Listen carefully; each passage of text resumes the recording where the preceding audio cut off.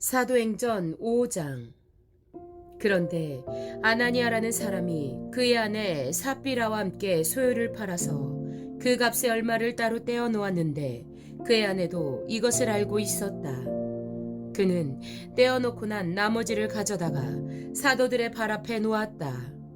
그때 베드로가 이렇게 말하였다. 아나니아는 들으시오. 어찌하여 그대의 마음이 사탄에게 홀려서 그대가 성령을 속이고 땅값의 얼마를 몰래 떼어 놓았소. 그 땅은 팔리기 전에도 그대의 것이 아니었소. 또 팔린 뒤에도 그대 마음대로 할 수 있었던 것이 아니었소. 그런데 어찌하여 이런 일을 할 마음을 먹었소. 그대는 사람을 속인 것이 아니라 하나님을 속인 것이요. 아나니아는 이 말을 듣고 그 자리에서 쓰러져서 숨졌다. 이 소문을 듣는 사람은 모두 크게 두려워하였다. 젊은이들이 일어나 그 시체를 싸서 메고 나가서 장사를 지냈다. 3시간쯤 지나서 아나니아의 아내가 그동안에 일어난 일을 알지 못하고 들어왔다. 베드로가 그 여자에게 물었다. 그대들이 판 땅값이 이것뿐이오. 어디 말해보시오. 그 여자가 대답하였다. 예, 그것뿐입니다. 베드로가 그 여자에게 말하였다.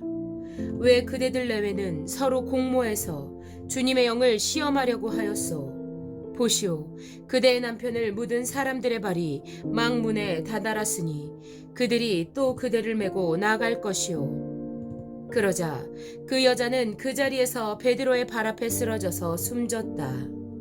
젊은이들이 들어와서 그 여자가 죽은 것을 보고서 메어다가 그 남편 곁에 묻었다.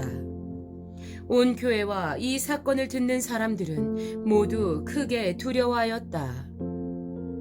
사도들의 손을 거쳐서 많은 표징과 놀라운 일이 백성 가운데서 일어났다. 그들은 모두 한마음이 되어서 솔로몬 행각에 모이곤 하였다. 다른 사람들은 누구 하나 감히 그들의 모임에 끼어들지 못하였다. 그러나 백성은 그들을 칭찬하였다.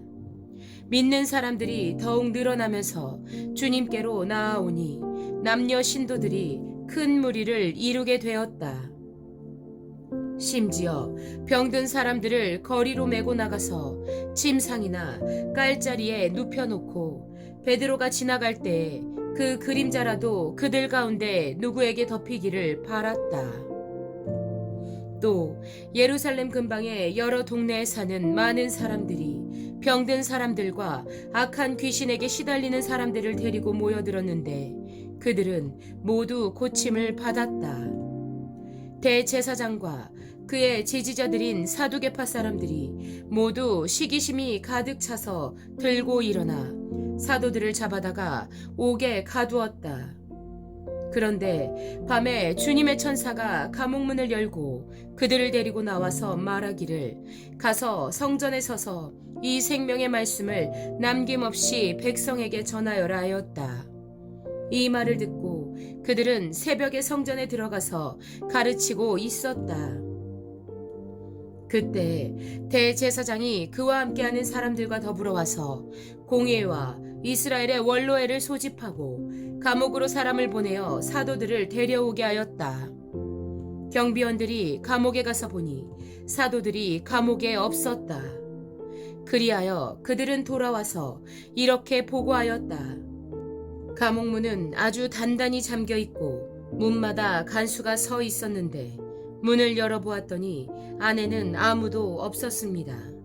성전 경비대장과 대제사장들이 이 말을 듣고서 대체 이 일이 앞으로 어떻게 될까 하고 사도들의 일로 당황하였다. 그때 어떤 사람이 와서 그들에게 일렀다. 보십시오. 여러분이 옥에 가둔 그 사람들이 성전에 서서 백성들을 가르치고 있습니다. 그래서 경비대장이 경비대원들과 함께 가서 사도들을 데리고 왔다. 그러나 그들은 백성들이 돌로 칠까봐 두려워서 폭력은 쓰지 않았다. 그들이 사도들을 데려다가 공의 앞에 세우니 대제사장이 신문하였다. 우리가 그대들에게 그 이름으로 가르치지 말라고 엄중히 명령하였소. 그런데도 그대들은 그대들의 가르침을 온 예루살렘에 퍼뜨렸소. 그대들은 그 사람의 피에 대한 책임을 우리에게 씌우려 하고 있소. 베드로와 사도들이 대답하였다. 사람에게 복종하는 것보다 하나님께 복종하는 것이 마땅합니다. 우리 조상들의 하나님은 여러분이 나무에 달아 죽인 예수를 살리셨습니다. 하나님께서는 이분을 높이시어 자기 오른쪽에 앉히시고 영도자와 구주로 삼으셔서 이스라엘이 회개를 하고 죄사함을 받게 하셨습니다. 우리는 이 모든 일의 증인이며 하나님께서 자기에게 복종하는 사람들에게 주신 성령도 그러하십니다. 그들은 이 말을 듣고 격분하여 사도들을 죽이려고 하였다.